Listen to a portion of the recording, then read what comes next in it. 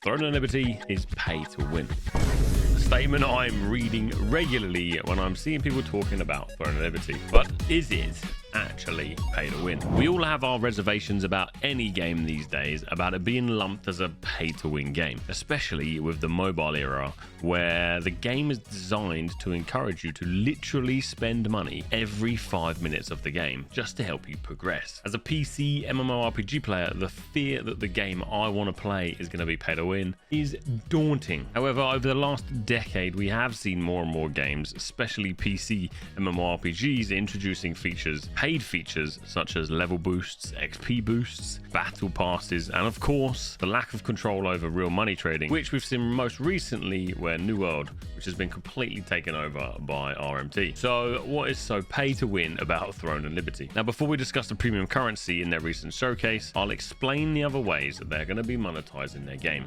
So NCSoft have broken their monetization down in Throne of Liberty into 4 sections. Yes, there is 4 ways they're monetizing this game. The first, there is passes, which will include a battle pass and a level pass. The battle pass will be your typical kind of battle pass. You know, you'll have one track where you do things and you gain XP, you unlock things, and then you have the same but a premium.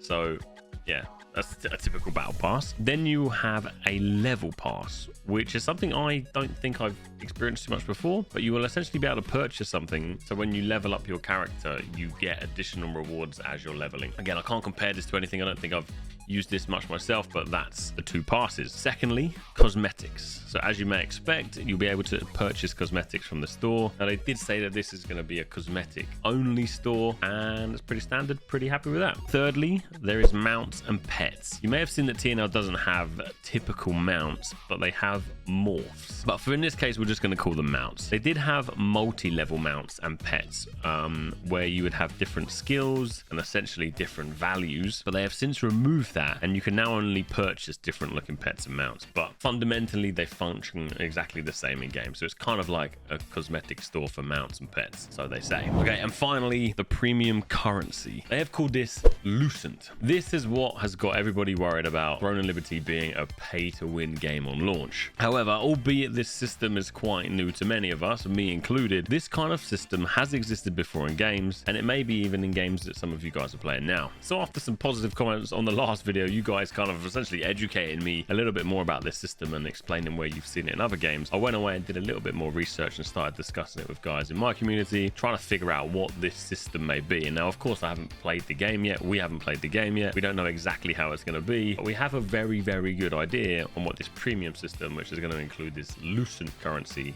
is. So let me try and break it down for you. Items can be bought and sold in the market. To buy items from the market, you're going to need the premium currency Lucent. Lucent can be obtained in 2 different ways. Firstly, of course, you're going to be able to purchase it with real money. And secondly, you're going to be able to obtain Lucent within the game by actually playing the game, playing the content, getting involved in things that are happening within the game. Now, I was trying to find a way to sum this up as best as possible, but actually a comment from Liam Core on the previous video has summed this up in probably the best way that could be summed up. They are following the Warframe model with monetization. No-life players in Warframe grind their sweaty, unemployed asses off while whales buy their stuff, which allows the sweatlords to buy the game passes, etc. Good stuff.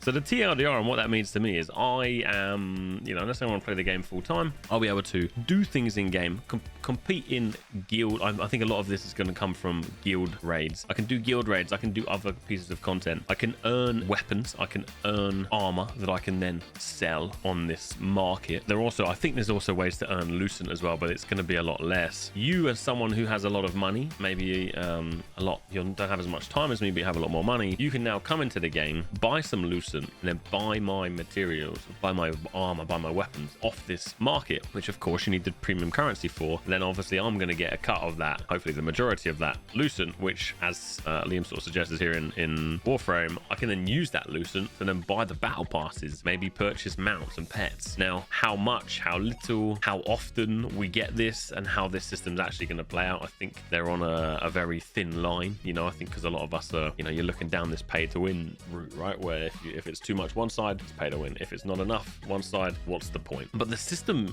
summarized by Liam there sounds very, very good. It sounds like something that would work. We will see, I guess. Yeah, so basically, I don't know the specifics of this. Now, the absolute specifics of this and how this is going to work is something obviously we're yet to find out, but I am absolutely super keen to play in the Korean release on the 7th of December. So if there is any man or woman out there who is Korean, who is looking for a husband, I am your man.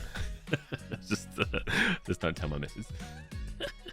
Hopefully this has put your mind at ease. Hopefully it's explained it a little bit better. When I read this, when I heard comments from other people explaining the system to me, it was something I wanted to explain to you guys, especially if, had some really lovely discussions from the previous video. Let me know your thoughts in the comments below. The only thing I'm going to say to end this video is stay skeptical, my friends. See you on the next one.